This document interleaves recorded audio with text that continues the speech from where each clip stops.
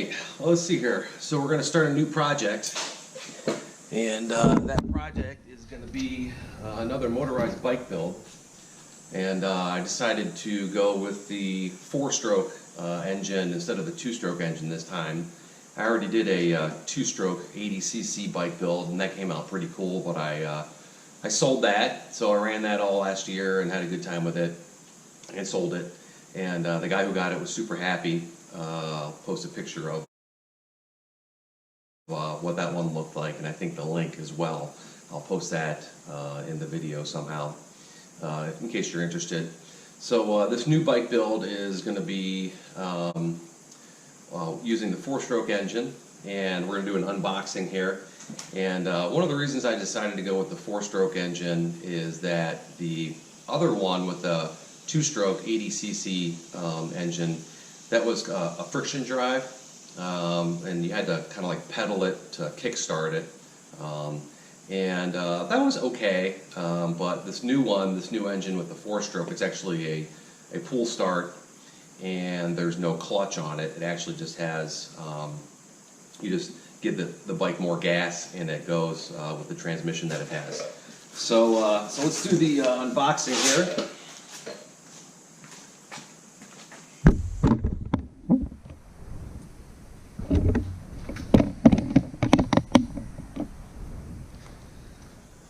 Alright, so the box comes shipped. Just got this one off of Amazon. Cost, I don't know, under 200 bucks. And I got a couple other accessories with it, but this is just the unboxing. So this is a little chain guard, which is kind of common for these. And the actual engine itself is right here. Let's take that out. There's a box of accessories. Take that out. And then it also comes with this is just a standard type of muffler for these set up here. You can see sometimes the construction on these isn't that great. You can see how that's offset a little bit on there. The welding job is okay. I wouldn't call it spectacular at all, but you know, they mass produce these things and they're kind of like interchangeable for the most part. This actually looks very, very similar to the muffler that I had on my 80cc bike. So we'll put that in there so it doesn't get lost. And let's take a look at the engine real quick, the engine box. So this is going to be the sprocket that goes on your back wheel that attaches to the chain. That'll be new. And then, okay, this is going to be the linkage system for the carburetor. So we'll build that, and that goes inside the carburetor. You can see the other end will be up on the handlebar. Got a couple of mounting brackets in there, which looks like pretty decent quality, I guess. And well, those go with some threaded bolts in there, but there's no bolt. It's just an open-ended threaded. So we'll see what that's all about. So maybe it's a pincer on that. So get some mounting hardware. And the main portion is going to be the actual motor itself. So let's take a look at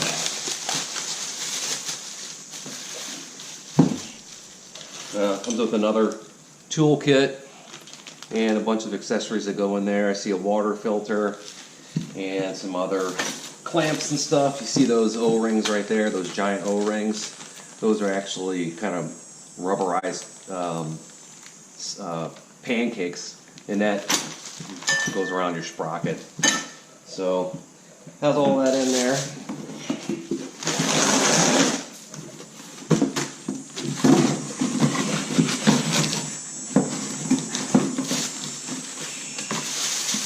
But this is what the biggest change is. A lot of that is very similar. A lot of the accessories is very, very similar to what I got on the 80cc bike build.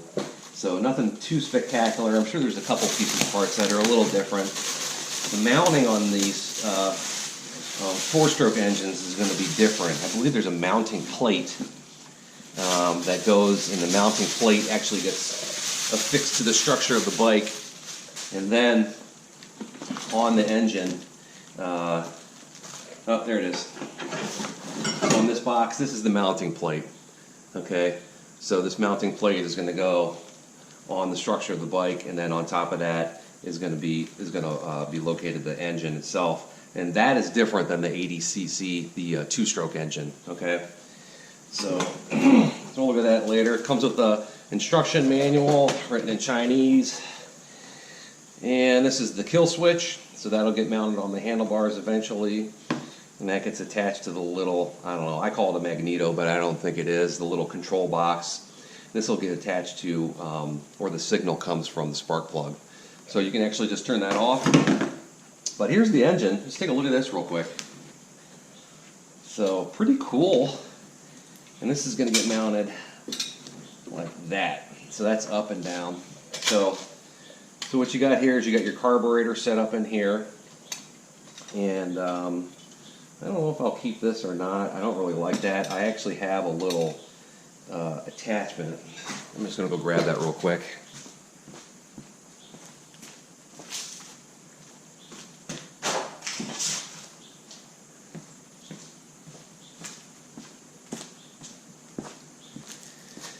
So I don't know if I can put this on there or not. I might be able to, but I still have this filter from an aftermarket carb that I bought for the 80cc. Maybe I'll put that on there. I kind of like the look of that better. I don't really like this plastic look. And the build that I'm going to go for is more of a historical build, kind of like our very early Harley, very early Indians motorcycle. It's going to be really cool. I hope you guys like it. But anyway, this is parts that I had from my other one. But let's get back to the actual engine itself. So we got our carb system here. Looks like it's a float carburetor. So that's pretty common, although that's metal, that's not plastic. I think the other one was plastic on the 80cc. You got some mounting hardware in the front. You got your spark plug here, overhead valves. And this is the two things that are different, and very much different, and why I decided to go with the four-stroke engine, is that this has a pull start, and I like that a lot, so I can just start the engine. I don't actually have to run the bike and kick start it, or jump start it. And over here, this is the clutch area over here, the clutch converter or transmission, whatever you want to call it. I'm sure somebody out there is going to have a comment about the exact terminology for it. But this system here is different than the system on the two-stroke engine. Okay, it did not have this kind of clutch type assembly in here, and whereby on the two-stroke engine, you actually had to physically, with your hands up on the handlebars, open and close the clutch, and that would engage the transmission and the sprocket down in here. Okay, that's pretty good construction. I like that so far. So with this though, with this engine, what will happen is you simply, when it's just sitting still at idle, there will not be enough pressure to engage the sprocket down here, which sends power to the chain and the wheel. Okay, so you won't really move. But as soon as you start revving and putting a little gas into the system, that will engage, and it'll probably compress in there somehow. I'm not really exactly sure how that works. I guess I could take it off and see.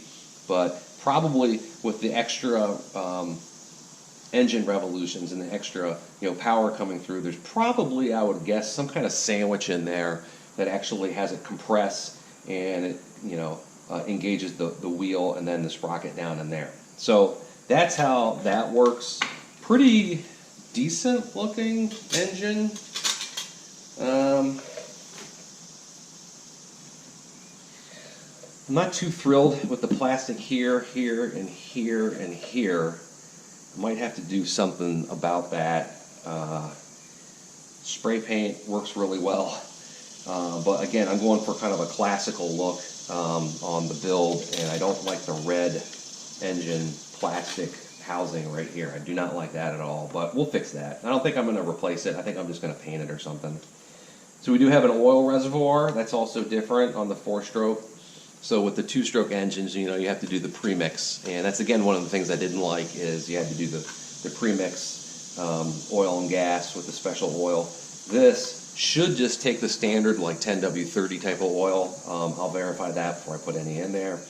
But you don't have to mix the oil with the gasoline on the four-stroke engine like you do the two-stroke.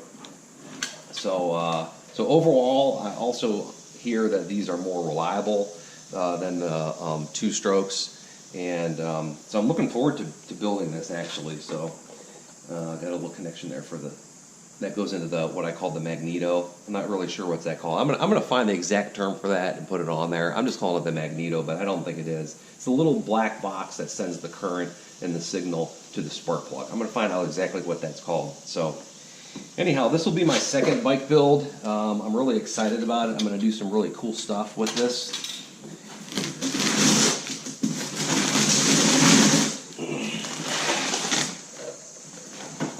Other stuff that comes with it. This is the bracket that gets mounted on the bicycle, and this is just appears. Well, that's actually cast iron. So this piece and this piece is cast iron, and this is just metal, a metal plate that's been bent and trimmed and pre-screwed. But this piece actually here, that's cast. So you can actually see the castings. You know, somebody put that in like a sand mold or something. Anyway, that's pretty hefty. That's pretty substantial. That's what the engine mount. So with these things, you know, this is still a bicycle. You have to have that on there, and this is the extender, probably for the actual pedal on your bicycle. That'll stick out a little bit farther, so it'll have clearance around the engine. If you didn't, the standard bicycle pedals are too close, they'd rub up against it. Alright, so here's the grips, the handles, and you know, this is the left hand grip, just matches. I guess you really don't even have to replace this one on the left if you don't want to, but it matches. And then over here on the right, this is the one that's the throttle for the gas. And you can see that they have carved inside of here, you know, the little connection, and that's for when you pull the toggle, kind of like your brake system on your bike. That's the part that actually moves the internal line that provides the pressure to the carburetor and tells the gas to flow. Packaging, straps. All right, this is very common too in these bike builds. So on the back of the where the sprocket is, you're going to have this on the back wheel. You're going to mount this on the back wheel with friction, and there's a little mounting plates around here. And then this is where the chain goes. So this is a chain adjustment, and this will be affixed to near the back wheel to push up part of that back chain so it doesn't flop around back there. Okay, and that's also very common. Although that's pretty nice. The gauge of the metal is pretty good. I do not like the nuts and bolts that come in these packets, and I've actually changed and just gone down to the hardware store and got better quality nuts and bolts because, you know, the tolerance, I don't know if you can see that. See that? I mean, I do not like that tolerance at all. And the quality of these nuts and bolts, sometimes they just strip out, and I don't know. It's iffy at best. Here's the chain, and it appears to be a decent sized chain.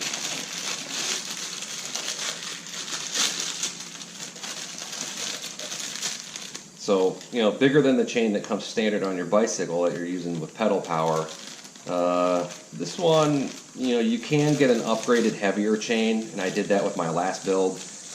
Just for purposes of reliability. I mean, you're getting these things to enjoy it.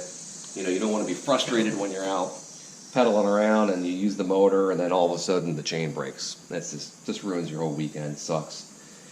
You know, those little things are a pain in the butt to pop in and then pop out. And you know, if you're out and you're taking it out to an area where you want to, like, you know, ride around with it for a while, and in the back of your head you're worried about your chain breaking, it's just not worth it. Okay, so again, on the other side, another pedal extender, and what that does is that, you know, that just enables the pedal to go around the motor because the motor is just so wide. Okay, so alrighty, now what the hell is this thing? I do not know what that is. I don't know if that's a tool. That might be some kind of tool. To be honest with you, I have no idea what that is. I might look like a fool. but we'll find out what that is later on when we build it. Now this is a tank. I am not going to use this gas tank, and I'll tell you why later on in the build. But this tank here, I'm just trying to be ginger with it because I'm going to put it back in. I don't see the lid. Oh, maybe it's in the parts bag. Okay, yeah, the lid's in the parts bag right there. The cap. So this is just one of those standard tanks that they have, and this one's okay. You know, so you connect your lines here, and there's a little on-off switch that goes there, and this gets connected with brackets around the bottom, which is not those.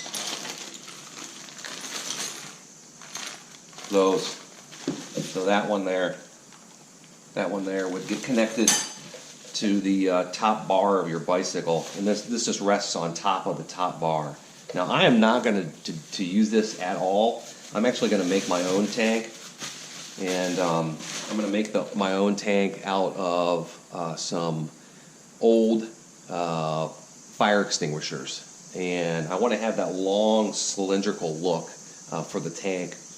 That kind of looks like, again, it's going to look like a historical bike that, you know, an old Indian, some of the first Indians or some of the first Harleys that were literally, they were created, there were bicycle manufacturers back then, and they started throwing motors and stuff on them, so it's kind of cool. So I'm actually going to make a tank. I'm going to fab it and do some welding that is made from a smaller size used old fire extinguisher, actually a couple of them I think. So that's going to be pretty cool. So real quick, let's just show you the bikes that I'm going to use.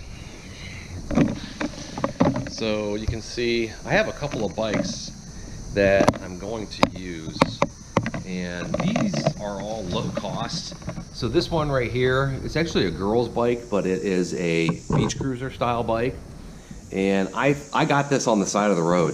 This was completely free. It had a free sign on it, and the only thing I did to it so far was put air in the tire, and then I had my wife make the seat out of some leather that we had from an old couch, just because I like the brown seat better.